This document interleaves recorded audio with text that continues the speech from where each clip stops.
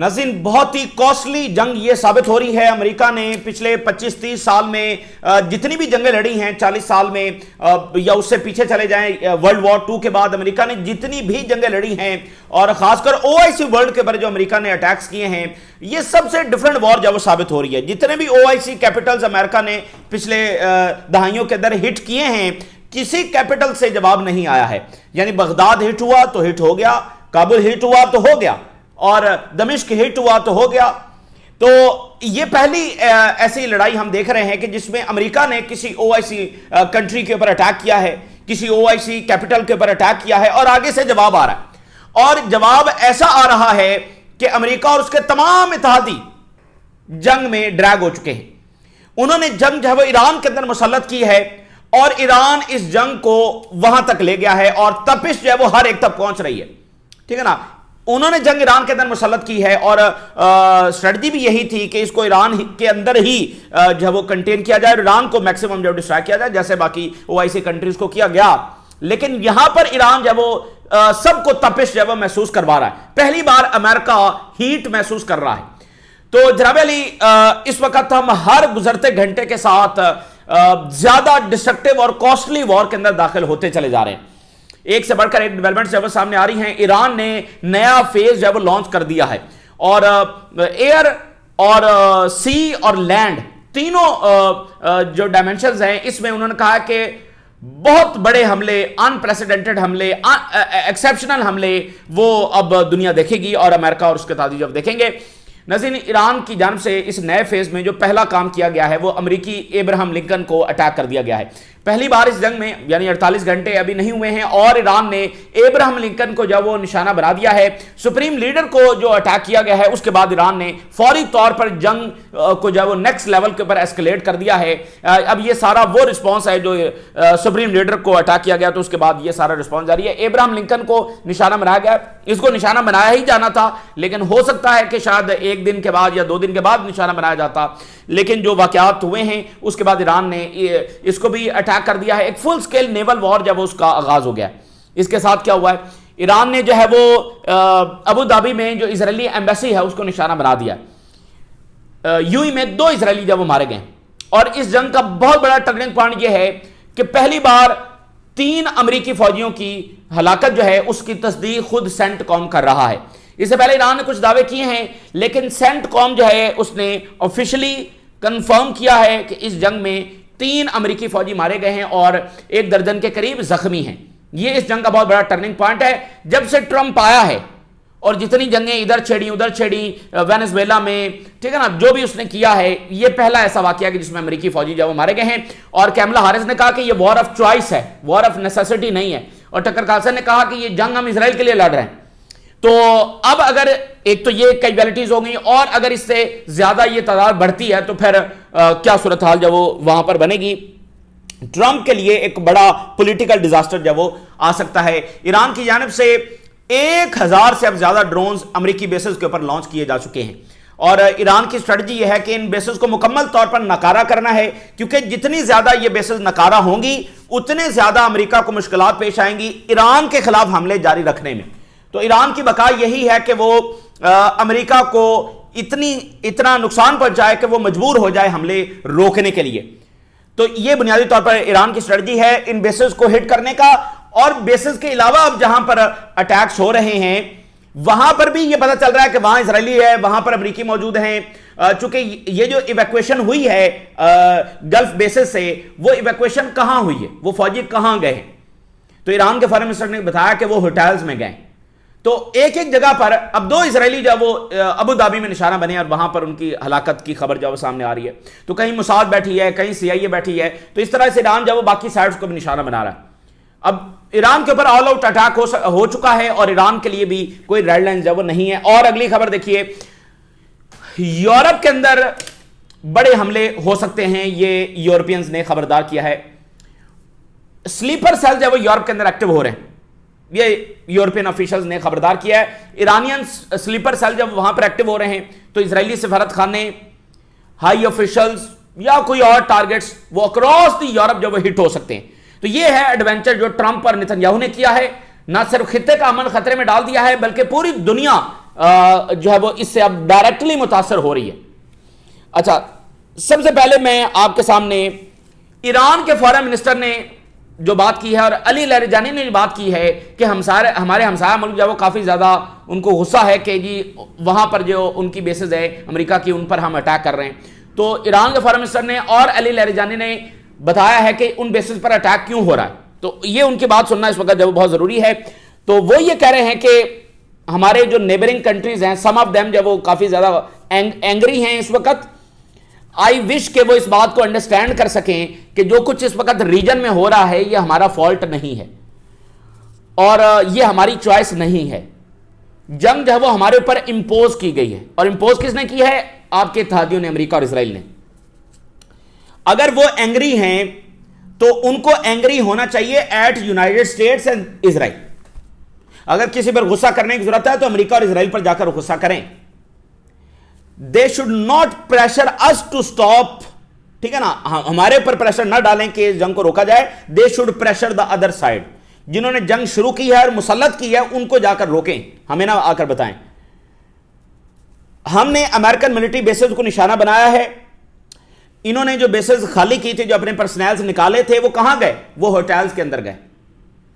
सो हम उनको लोकेट कर रहे हैं क्योंकि वहां से बैठकर जो भी ऑपरेशन और सपोर्ट वो दे रहे हैं। सो वट एवर उनके जो पर्सनल्स हैं जहां पर मौजूद हैं, हम उनको जब निशाना बना रहे हैं। हम सिर्फ मिलिट्री पर्सनल्स को और उससे लिंक जो फैसिलिटीज हैं जो असिस्ट कर रही हैं, चाहे वो कोई भी अब फैसिलिटी है जो असिस्ट कर रही है इंटेलिजेंस में, लॉजिस्टिक में, सप्लाई में, साइबर अटैक्स में, वट एवर जिस भी डायमेंशन में जो असिस्ट कर रही है, फैसिलिटेट कर रही है, उसको हम निशाना बनाएंगे। US army in its operation against Iran, क्योंकि यही वो सारा इंफ्रास्ट्रक्चर है जो ईरान के खिलाफ ऑपरेशंस को फैसिलिटेट कर रहा है और जारी रखे हुए। तो जब ये हिट हो जाएगा, ये डैमेज हो जाएगा, तो फिर यही हमारा मकसद है कि उसके बाद ईरान पर हमले वो जारी नहीं रख सकेंगे। तो इसलिए ईरान जब वो बिल्कुल ऑल आउट जा चुका है अमेरिकी बेसिस के ऊपर। और ये तारीख में पहली बार हुआ है कि किसी ने अमेरिकी बेसिस को हिट किया। काबुल तबाह हुआ, बगदाद हुआ, दमिश्क हुआ, लेकिन आगे से अमेरिका ने कभी ऐसी हीट और तपिश जब महसूस नहीं की जितनी इस वक्त वो कर रहा। अली लारिजानी ने कहा है कि वो मुल्क, रीजन के जो मुल्क हैं, उनको हम बताना चाहते हैं कि हम उन पर हमला नहीं कर रहे हैं, बल्कि हम उन बेसिस को निशाना बना रहे हैं जो उनके मुल्कों के अंदर हैं और हमारे खिलाफ इस्तेमाल हो रही हैं। यूनाइटेड स्टेट्स ऑपरेशंस कर रहा है इन रीजनल इंफ्रास्ट्रक्चर पर रिलाय करते हुए। अगर ये रीजनल इंफ्रास्ट्रक्चर ना होता तो ये हमला भी ईरान पर नहीं हो सकता था, क्योंकि जो बिल्डअप हुआ है, जो पेट्रोलिंग हुई है, जो इंटेलिजेंस हुई है, जो रडार्स लगे हुए हैं, जो अर्ली वार्निंग सिस्टम लगे हुए हैं, जो लॉजिस्टिक है, वो सब एक दूसरे के साथ कनेक्टेड है। तो ईरान पर जो हमला हुआ है वो इन बेसिस और बाकी फैसिलिटीज की फैसिलिटेशन के साथ हुआ है। हम सिर्फ उन बेसिस को निशाना बना रहे हैं और यह बात इंपॉर्टेंट है। उन्होंने कहा कि ये जो बेसिस हैं इन मुल्कों के अंदर, ये इनकी टेरिटरी नहीं है। बेसिस लीज पर होती हैं और ये अमेरिकन टेरिटरी है, अमेरिकन सॉइल है, जिसको हम निशाना बना रहे हैं। ठीक है, ये अली लारिजानी का वाज़ेह मैसेज है। तो वो कह रहे हैं कि हम उम्मीद करते हैं कि आप इस बात को समझे। रियलिटी ये है, अगर इसको नहीं समझना तो हम क्या कर सकते हैं, ठीक है ना। तो वो पूरी कोशिश कर रहे हैं कि बात कन्वे की जाए, लेकिन अब मुझे बताइए ना कि अमेरिका इनका इत्तेहादी है, उनको ये बेसिस देकर बैठे हुए हैं, अमेरिका जाकर ईरान पर हमले कर रहा है। तो अगर किसी को क्वेश्चन होना चाहिए तो अमेरिका को होना चाहिए, जिसने सूरत हाल को इस नैज पर पहुंचाया। उससे पूछा जाए कि जब ईरान उनके साथ मुज़ाकरात कर रहा था तो ईरान पर हमला किस लिए किया, किस जस्टिफिकेशन के साथ ईरान पर हमला किया, क्या ईरान ने किसी पर हमला किया है? तो यह सीधी सी जब वो बात है।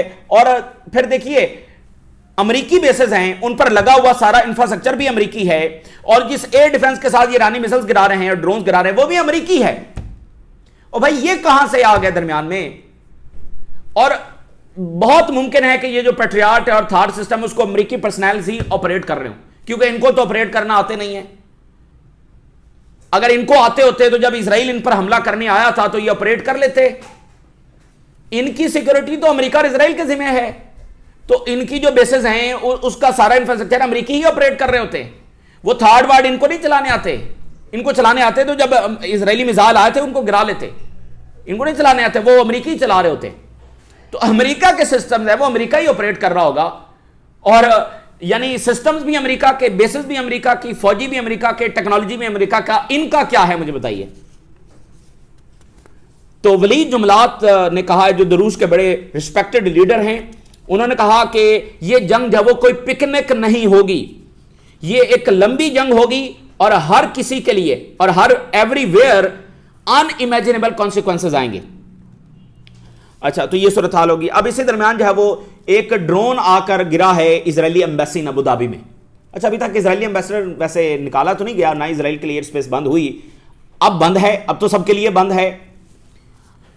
बहरहाल इस जंग को रुकना चाहिए और इन रीजनल कंट्रीज को अपने इत्तेहादी अमेरिका पर प्रेशर डालना चाहिए कि वो इस एडवेंचर को और इस तमाशे को जब बंद करें जो उसने पूरे रीजन को और दुनिया के अमन को जब वो खतरे में डाल दिया। एक खुली बदमाशी है जिसका ईरान के, देखिए ना, ईरान के अंदर सैकड़ों हजारों कैजुअलिटीज हो रही हैं, उनकी टॉप लीडरशिप को निशाना बनाया गया है। सुप्रीम लीडर अली शेमखानी, आप देखिए कितने बड़े ये लोग हैं और कितने, यानी उनका एक साबका सदर अहमदी नियाद, उनको निशाना बनाया गया। अगर इनके मुल्कों में ये हो रहा होता तो फिर इनका रवैया क्या होता मुझे बताइए। तो इसी दरमियान जो है वो जर्मनी क्या कह रहा है, जर्मनी ये कह रहा है कि पॉसिबल ईरानियन रिटेलिएशन हो सकती है using sleeper cells in Europe, Reuters की खबर। तो ईरान ने पहले ही वाजे किया था कि हम ग्लोबल ऑर्डर हिला देंगे। अब ज़ाहिर है उन्होंने अपनी स्टेटमेंट्स को साबित करके दिखाना है और वो ये दिखा रहे हैं। जंग रीजन से ऑलरेडी स्पिल आउट हो चुकी है, स्ट्रेट ऑफ हॉर्मुज़ बंद हो चुका है, मिसाइल रीजन से बाहर जा चुके हैं और अब यूरोपियंस कह रहे हैं कि यहां पर स्लीपर सेल। तो ये एडवेंचर करने की जरूरत क्या थी। बरतानिया भी कह रहा है हम साथ हैं, फ्रांस भी कह रहा है, ऑस्ट्रेलिया भी कह रहा है, कनाडा भी कह रहा है, जर्मनी भी कह रहा है, और जो गजा पर बमबारी हो रही थी ये सारे के सारे मुल्क जब वो सप्लाई दे रहे थे, अरबी भी इसराइल को सप्लाई दे रहे हैं। इसराइल वेस्ट की सपोर्ट के बगैर कख नहीं है, वो ऑपरेट ही नहीं कर सकता। अगर वेस्ट से मुसलसल म्यूनिशंस ना आ रही हो तो इसराइल हर छठे महीने ये जंग किसी पर लॉन्च कर नहीं सकता है। तो अब वो कह रहे हैं जी स्लीपर सेल्स आएंगे। तो व्हाइट हाउस ने कहा है जी हमें खतरा है कि ईरान हमारे खिलाफ बैलिस्टिक मिसाइल्स इस्तेमाल कर सकता है, जो कि नहीं करने वाला। ईरान कोई अमेरिकन मेनलैंड के खिलाफ ना उसके पास कैपेबिलिटी है ना कोई इरादा है। लेकिन अब चूंकि ट्रंप इंतजामिया जब उसने बताना है अमेरिकन को कि हमने ये हमला क्यों किया, तो वो बार बार ये साबित करने की कोशिश कर रहे हैं कि ईरान डायरेक्टली अमेरिका के खिलाफ खतरा है। कोई खतरा नहीं है, ना कोई खतरा था, जाकर उस पर हमला किया है। अब वो अपनी बका के लिए जिस भी हद तक जा सकता हुआ जाएगा। तारीख वैसे भी उसके खिलाफ ही लिखी जानी है और उसकी बका ही जो है वो उसको तारीख भी अगर बदल सकती है और सच्चाई लिखी जाएगी तो वो इसी वजह से लिखी जाएगी कि अगर वो सर्वाइव करेगा। आज सद्दाम हुसैन तो अपने आप को डिफेंड करने के लिए मौजूद नहीं है ना। इराक के खिलाफ जिन्होंने जो लिखा है वो उन्होंने लिखा है। तो ईरान सर्वाइव करेगा तो जो है वो जो हिस्ट्री उसके खिलाफ लिखी जानी है उसको डिफेंड कर सकता है, बता सकता है, अपना मौक़िफ़ पेश कर सकता है। तो ईरान ने अपने मुस्तकबिल की, अपनी बका की जंग लड़नी है, अपने लोगों के सर्वाइवल की जंग लड़नी है। और रशिया ने यह कहा है कि स्ट्रेट ऑफ हॉर्मुज़ बंद हो चुका है, इससे मैरीटाइम नेविगेशन जब major disruption on the global oil और गैस मार्केट में आने वाली है। रशिया ने यह वार्न किया। किसी की अमेरिका ने नहीं सुनी, किसी की अमेरिका ने जब नहीं सुनी है। रशिया चाइना भी बार बार कहते रहे, यूनाइटेड नेशन भी कहता रहा, रीजनल पार्टनर्स भी कहते रहे, लेकिन अमेरिका ने किसी की नहीं सुनी। अच्छा, अब अगली बात यह है कि ईरान ने जो नेक्स्ट फेज है वो लॉन्च कर दिया है। उसमें सबसे पहले अमेरिकी जो एयरक्राफ्ट कैरियर है इब्राहिम लिंकन, उसके ऊपर अटैक किया गया है। 4 बैलिस्टिक मिसाइल जो उस पर दागे गए हैं। ये इनिशियल अटैक है। सेंटकॉम कह रही है कि अभी ये हिट नहीं हुआ है। ईरान गार्ड सेज के US aircraft carrier Ibrahim Lincoln को हिट किया है। टाइम्स ऑफ इंडिया बता रहा है कि ईरान सेज इब्राहिम लिंकन को हिट किया है। Issues land and sea graveyard warning, हम कब्रिस्तान बना देंगे। ये ईरान ने वार्निंग जब जारी की है। अच्छा, हिट नहीं हुआ ये सेंटकॉम कह रहा है, हो सकता है हिट ना हुआ, अभी हिट होगा भी नहीं। जरूरी नहीं कि पहले हमले में ही हिट होना है। इसको हिट करना तो फिर कोई मामूली वाकया तो नहीं होगा ना। यहीं से तो ग्लोबल ऑर्डर बदलेगा। अगर अमेरिकी एयरक्राफ्ट कैरियर हिट हो गया तो पीछे रह क्या गया। और मैंने आपको बताया ये वैसे भी एक हसास लम्हा होगा कि जिसमें एक न्यूक्लियर अटैक भी ईरान पर हो सकता है। तो इसके साथ 3 डिस्ट्रॉयर्स हैं, वो इसका डिफेंस करते हैं। तो उनके पास किसी के पास 17 मिसाइल होंगे, किसी के पास 20 होंगे। तो अब ईरान ने हमले शुरू कर दिए।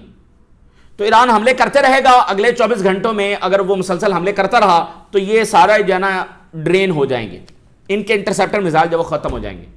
फिर कहीं ईरान दरमियान में 1500-200 ड्रोन फायर करेगा, दरमियान में 4 हाइपरसोनिक मिसाइल फायर करेगा, तो उसके बाद ये हिट होगा। तो ये यानी कि आगाज कर दिया गया है, ये एयरक्राफ्ट करियर अब ईरान के जब निशाने पर है, और अगले 24 घंटों में 48 में या 72 घंटे में अगर मुसलसल हमले जारी रहे तो फिर ये हिट हो चुका होगा। वहां पर फिर पॉसिबिलिटी आएगी जब ये इंटरसेप्टर खत्म होंगे तो हिट होगा ना। और वैसे भी ये पहला हमला करके उन्होंने जरा इसके एयर डिफेंस को भी चेक किया, पहली बार ईरान हमला कर रहा है ना, तो इसके एयर डिफेंस को भी चेक किया।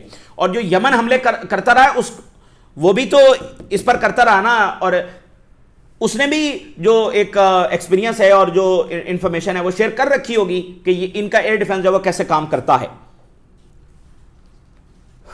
IRGC ने कहा है कि पावरफुल स्ट्राइक जब वो हमारी आर्म्ड फोर्सेस की जानिब से against the exhausted body of the enemy, वो एक न्यू फेज के अंदर जब वो दाखिल हो चुकी हैं, जिसमें लैंड, सी और एयर में हम बहुत नेक्स्ट लेवल के हमले जब वो करने जा रहे हैं। इजरायली मीडिया बता रहा है कि पहली बार ईरान ने लार्जेस्ट साल्वो फायर किया जिसमें 38 मिसाइल शामिल हैं, यानी एक ही वक्त में सबसे ज्यादा 38 मिसाइल जब वो ईरान की जानिब से इजराइल पर फायर किए गए, जिसमें 50, 60, 70, 60 ड्रोन्स भी शामिल हैं, लेकिन 38 मिसाइल सबसे ज्यादा ये फायर कर दिए गए हैं।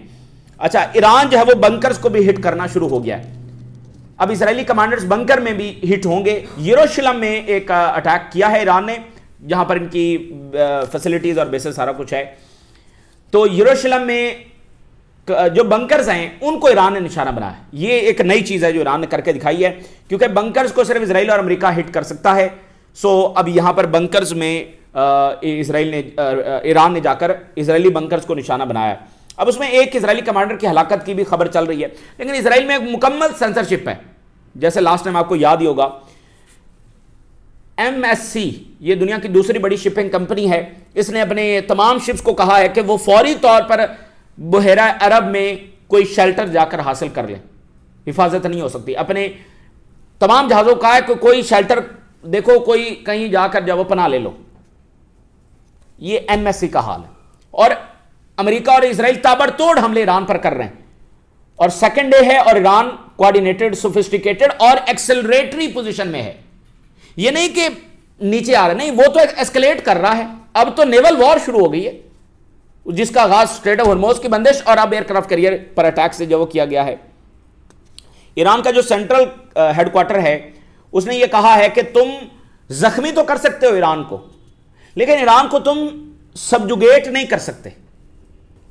So the Iranian armed forces will make them regret, ये पछताएंगे और ईरान की आर्म्ड फोर्सेस इनको पछताने पर मजबूर कर देंगी। IRGC ने एक MQ-9 ड्रोन जो है वो गिराया है, और इसी दरमियान जो है वो यूई के अंदर अटैक हुआ है। यूई में 2 इजरायलियों को कहीं पर लोकेट किया गया है।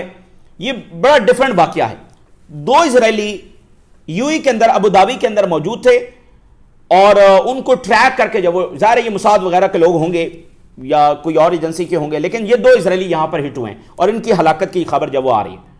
तो ये जो आपको गल्फ रियासतों में आगे पीछे अटैक्स नजर आ रहे हैं, वो जैसे ईरान के फॉरेन मिनिस्टर ने बताया कि वो पर्सनैल ही हैं, मिलिट्री पर्सनैल्स ही हैं, उनको हम ट्रैक कर रहे हैं, तो उनको टारगेट कर रहे हैं। अच्छा जी, यूई से जो स्टेटमेंट आ रही है, उन्होंने कहा जी एक वेयर हाउस के ऊपर ईरान ने अटैक किया है जिसमें 2 कंटेनर जो है वो आग पकड़ गए हैं। तो इसी दरमियान ईरान ने जनाब अली 370 मिसाइल्स और 1000 से ज्यादा ड्रोन्स अभी तक गल्फ स्टेट्स में जो अमेरिकी बेसेस हैं उन पर हिट कर दिए हैं। 370 मिसाइल्स एंड 1000 ड्रोन्स। मकसद यह है कि इन बेसेस को तबाह बर्बाद किया जाए, ताकि ईरान के खिलाफ एक लंबे ऑपरेशन करना अमेरिका के लिए बड़ा मुश्किल हो जाएगा। यहां पर बड़ा कीमती इंफ्रास्ट्रक्चर लगा हुआ है, radars, early warning system, logistic supply, so on. और बड़ा टर्निंग पॉइंट यह है कि सेंटकॉम ने पहली बार यह अनाउंस किया है कि उनके 3 फौजी मारे गए हैं, 5 जख्मी हैं। This marks the first American casualties. लेकिन अब इसमें सबसे इंपॉर्टेंट बात यह है कि सेंटकॉम ने यह नहीं बताया कि ये फौजी मारे कैसे गए। यह सबसे इंटरेस्टिंग बात है। तो ये मारे कहां गए हैं, कि ईरान के अंदर मारे गए हैं, बेसिस पर मारे गए हैं, कहीं और पर मारे गए हैं। सो ये सेंटकॉम ने नहीं बताया, इसका मतलब इसमें कुछ ना कुछ उनके लिए काफी ज्यादा ह्यूमिलिएटिंग हो सकता है, इसलिए उन्होंने नहीं बताया। हो सकता है ये गल्फ में कहीं बेसिस पर मारे गए हों, तो इससे फिर ईरान को ज्यादा मिलेगा कि भाई देखें हम तो इनके फौजियों को ही हिट कर रहे हैं। लेकिन अब बहरहाल ये पहला वो प्रेशर है जब ट्रंप पर जाना शुरू हो जाएगा कि वहां पर फौजियों की हलाकतें जब शुरू हो गई हैं। लेकिन इसी के साथ हम एवरी डे, एवरी ऑर या एनी टाइम एक न्यूक्लियर की तरफ भी जब वो बढ़ रहे हैं और किसी भी वक्त कोई भी वाकया पेश आ सकता है। इसके मुसलसल खतरात रहेंगे जब तक ये जंग रुक नहीं जाती, जो कि रुकती हुई नजर नहीं आ रही। अमेरिकी ऑफिशियल ये कह रहे हैं कि अब जंग जो है, अब हमारे हमले ईरान पर फॉर डेज नहीं, फॉर वीक्स जारी रहेंगे। इसका क्या मतलब? इसका मतलब कि वो फॉर डेज आए थे, लेकिन अब उनको लग रहा है कि ईरान इतनी जल्दी कोलैप्स नहीं करेगा, तो इसके लिए हमें 2-3 हफ्ते बमबारी करना पड़ेगी। तो अमेरिकी आर्मी जो है वो ईरानियन आर्मी और ईरानियन पुलिस को कह रही है हथियार डाल दो। अब ये अगला स्टेप है, अंदर बगावत करवाना, टुकड़ों में तकसीम करना, IRGC को 2 हिस्सों में तकसीम करना, ठीक है ना, वो पुरानी प्ले बुक। तो सबसे बड़ा अब इम्तिहान ईरानियंस का यूनिटी है। अगर यूनिटी रही, मिसाइल थोड़े हुए या कम हुए, यूनिटी रही, तो फिर अमेरिका और इसराइल जो है वो मुंह की खाएंगे। इनका तरीका वारदात ही यही है कि अंदर से तोड़ते हैं। प्रेसिडेंट मडोरो इतनी जल्दी उठाया नहीं जा सकता था अगर अंदर से गद्दारी उसके साथ ना की जाती। तो इजरायली मीडिया ये बता रहा है कि B-2 बॉम्बर्स ने ईरान पर बमबारी जो है वो शुरू कर रखी है, हिस्सा लिया है। और अमेरिका ने एक ईरानियन जो वेसल है, नेवल वेसल है, उसको निशाना बनाया। और अमेरिका ये दावा कर रहा है कि वो इस वक्त गर्क हो रही है गल्फ ऑफ ओमान के अंदर। बहुत एक्सपेंसिव वॉर। उधर ईरान का एक यानी कि वो वेसल को गर्क करने की बात कर रहा है अमेरिका।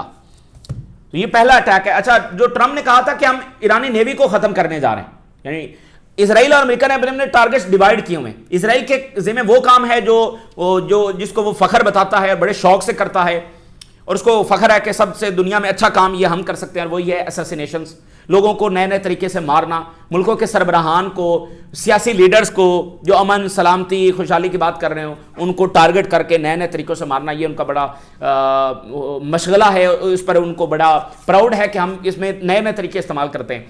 तो ये काम उनके जिम्मे है।